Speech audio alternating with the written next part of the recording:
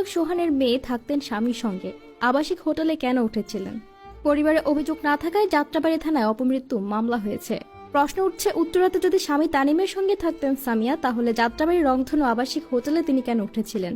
তবে কি স্বামীর সঙ্গে মনোমালিন্যের জেরে প্রাণ দিলেন সামিয়া, নাকি এই মৃত্যুর পিছনে কোনো রহস্য আছে?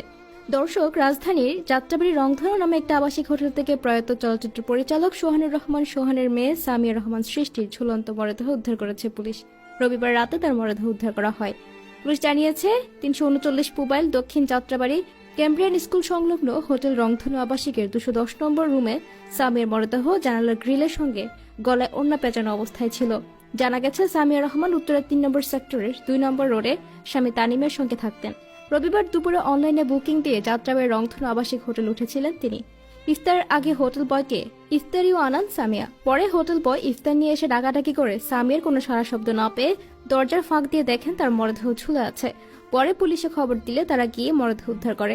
প্রশ্ন উঠেছে, উত্তরাতে যদি স্বামী তানিমের সঙ্গে থাকতেন সামিয়া, তাহলে যাত্রাবাড়ির রংধনু আবাসিক হোটেলে কেন উঠেছিলেন? তবে কি স্বামীর সঙ্গে মনোমালিন্যের জেরে প্রাণ দিলেন সামিয়া, নাকি এই মৃত্যুর পেছনে রয়েছে অন্য কোনো রহস্য? যদিও আপাতত এসব প্রশ্নের জবাব নেই পুলিশের কাছে। তারা তদন্ত করে জানার চেষ্টা করেছেন যে মাত্র 34 বছর বয়সে কেন জীবন দিতে হলো নির্মাতা সোহানুর রহমান সোহানের কন্যা সামিয়াকে। তার মরদেহ এখন ঢাকা মেডিকেল কলেজ হাসপাতালে মর্গে রয়েছে। 12 সেপ্টেম্বর রাতে রাজধানীর একটি বেসরকারি হাসপাতালে ব্রেন স্ট্রোক করে মারা যান সামিয়ার মা তথা নির্মাতা সোহানের স্ত্রী প্রিয়া। তার 24 ঘন্টা পার হতে না হতে স্ত্রী হারানোর শোকে মারা যান নির্মাতা সোহানও। পুলিশের একজন কর্মকর্তা বলেন, প্রাথমিক অবস্থায় তারা যতটুকু দেখতে পেয়েছেন এটা আত্মহত্যা হিসেবে গণনা করেছেন। বাকিটা ময়নাতদন্তের রিপোর্ট পাওয়ার পর স্পষ্টভাবে বোঝা যাবে।